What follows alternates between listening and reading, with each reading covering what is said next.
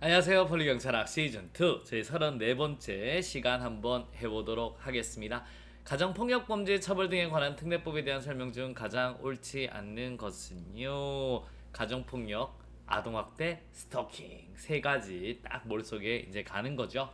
자, 바로 1번부터 가보도록 하겠습니다.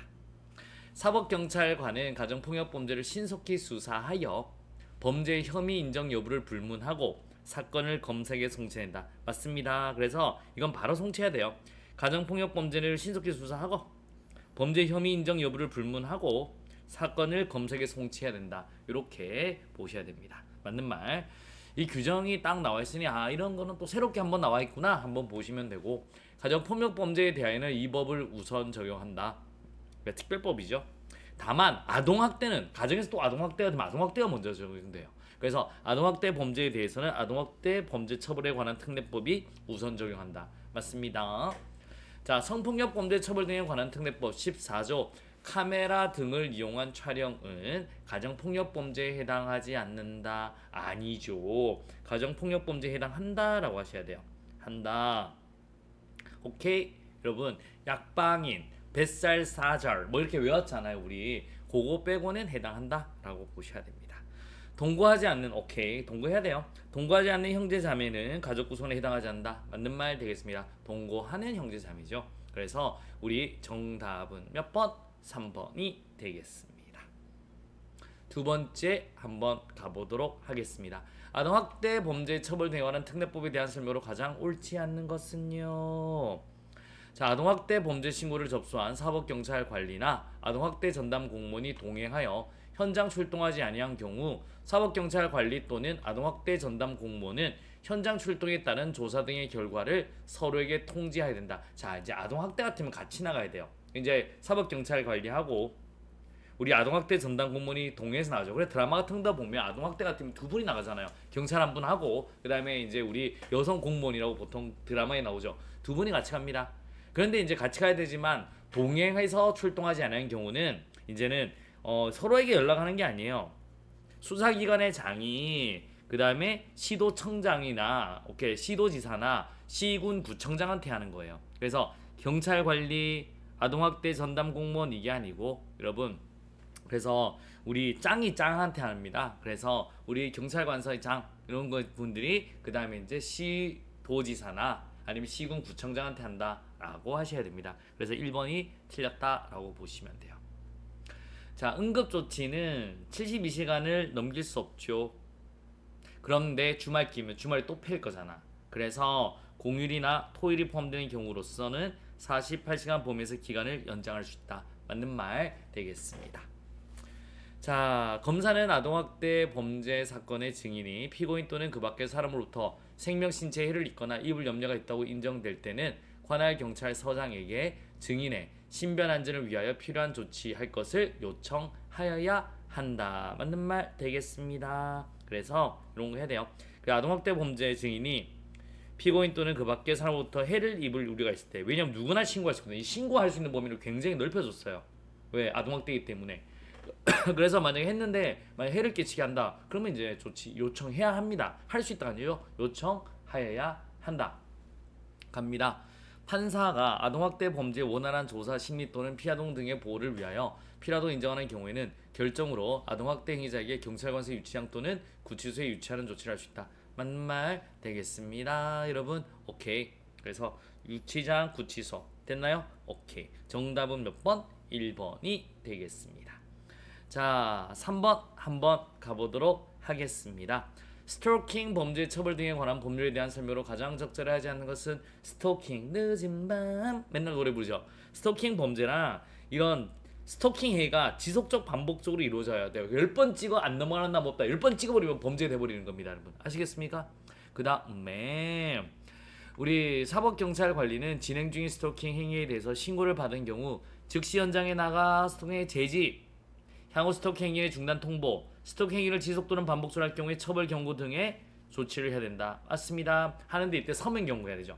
그때 처벌 경고인데 이때는 무슨 경고한다? 서면 경고한다. 그래서 서면 경고 등의 조치를 해야 된다라고 하셔야 돼요. 서면 경고, 경고 등의 조치한다. 이때 그래서 서면 경고하는 거예요. 경고를 조치하는데 이때 무슨 경고한다? 서면 경고를 한다라고 보시면 돼요. 서면으로 경고하는 거예요.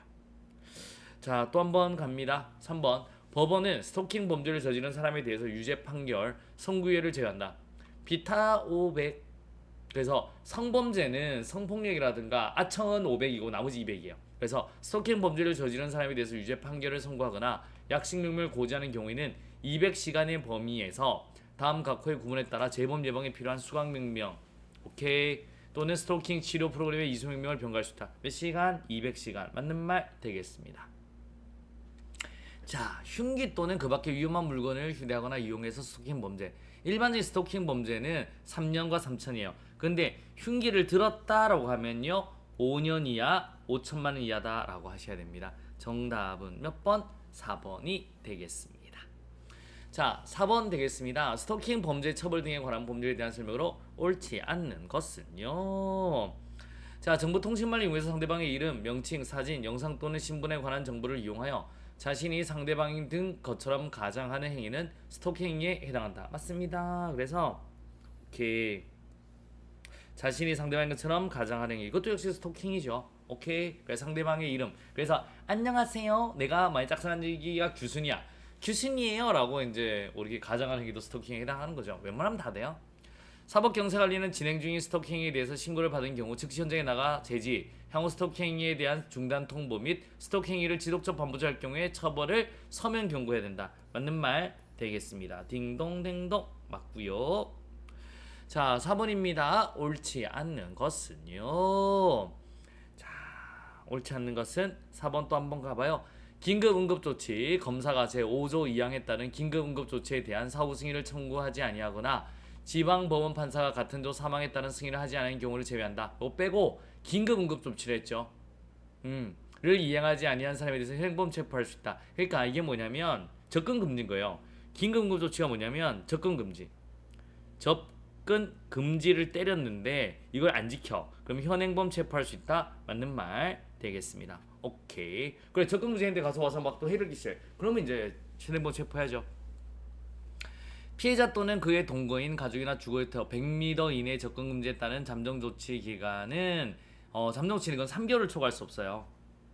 다만 법원의 피해자를 보호를 위해 그 기간을 연장할 필요가 있으면 2차례에 한정하여 각 3개월입니다. 그러니까 뭐냐면 이거는 나머지 접근금지는 3개월 하고 그리고 2번 정도니까 3개월, 또 한 번 더 3개월, 최장 9개월인데 나중에 이제 이런 우리 잠정조치, 구치소, 유치장이죠. 얘들은 1개월인 거야. 얘는 1개월 연장 안 되고, 얘는 1개월, 나머지들은 이렇게 3개월인데 2번 연장 3개월로. 그래서 정답은 몇 번? 자, 그래서 4번이 틀렸습니다. 그러니까 우리 이런 잠정 조치죠. 잠정 중에 나머지는 다 3개월입니다. 그리고 2번 연장할 수 있고 3개월씩. 하지만 구치소나 유치장 하는 거는 1개월에 끝내야 돼요. 연장 안 돼요. 그냥 1개월의 끝이라고 보시면 되겠습니다. 스토킹 이렇게 보시면 되겠습니다. 자, 5번 한번 갑니다. 가정폭력범죄 처벌 등에 관한 특례법, 아동학대, 스토킹에 대한 설명으로 옳지 않는 것은요. 갑니다. 그래서 아동학대 범죄는 사법경찰이 응급조치를 한 경우에는 반드시 임시조치를 신청해야 된다. 맞습니다, 여러분. 그래서 재짐한 경우는 제하지만 일반적으로 해야 된다. 맞고요. 가정폭력 범죄 또는 아동학대 범죄 사건에서 사법경찰이 긴급 임시조치를 한 경우에는 반드시 검색이 임시조치를 신청하여야 한다. 여러분, 이걸 이제 우리 그래서 긴급 임시조치를 경찰이 한 거예요. 뭐냐면 이제 격리나 접근금지 한 거죠. 그러면 이제는 임시조치를 검사에게 신청해야 되는 거죠. 이렇게 보시면 되고, 그 다음에 그러면 이제 우리 검사가 청구를 하는 거예요. 됐나요? 이렇게 보시면 되고, 자, 스토킹 범죄 사건에서 사법경찰관이 긴급 응급조치를 하였을 때는 지체 없이 검사에게 해당 긴급조치에 대한 사후 승인을 지방법원 판사에게 청구해 줄 것을 신청해야 된다. 그러니까 응급조치하고 바로 접근금지 때린 거예요. 긴급조치했죠? 그때는 판사에게 청구해 줄 것을 신청해야 된다. 맞는 말 되겠습니다. 스토킹 범죄 사건에서 사법경찰관은 응급조치를 했음에도 불구하고 스토킹이가 지속적으로 반복적으로 행해질 우려가 있는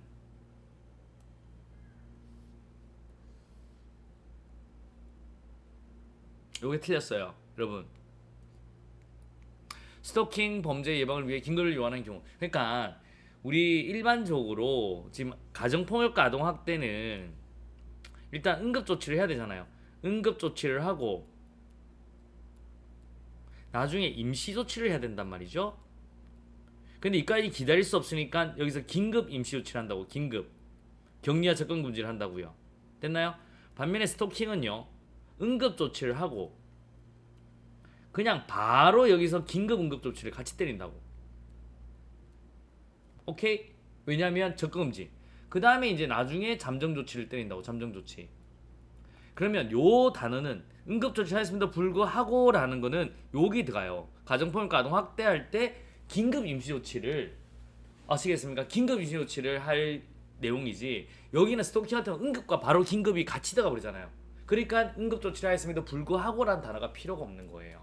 이해하셨습니까? 어렵죠. 그래서 우리 가정폭력과 아동학대는 응급조치하고 나중에 임시조치 했는데 이거 기다릴 시간 없으니 땡겨서 긴급 조치 하니까 응급조치 했는데도 불구하고 또 이렇게 하려고 하니까 기다리지 못하고 하는 거고, 얘는 스토킹은 바로 어떻게 할 수 있으니까 응급과 긴급을 동시에 때리는 거예요.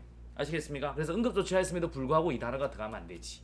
그래서 정답은 몇 번? 4번이 되겠습니다. 깊이 있죠, 여러분. 이렇게까지 또 하나 정도 싹 머릿속에 한번 정리 부탁드리도록 하겠습니다. 오늘도 굉장히 고생하셨습니다. 내일 또 뵙도록 하겠습니다. 수고하셨습니다.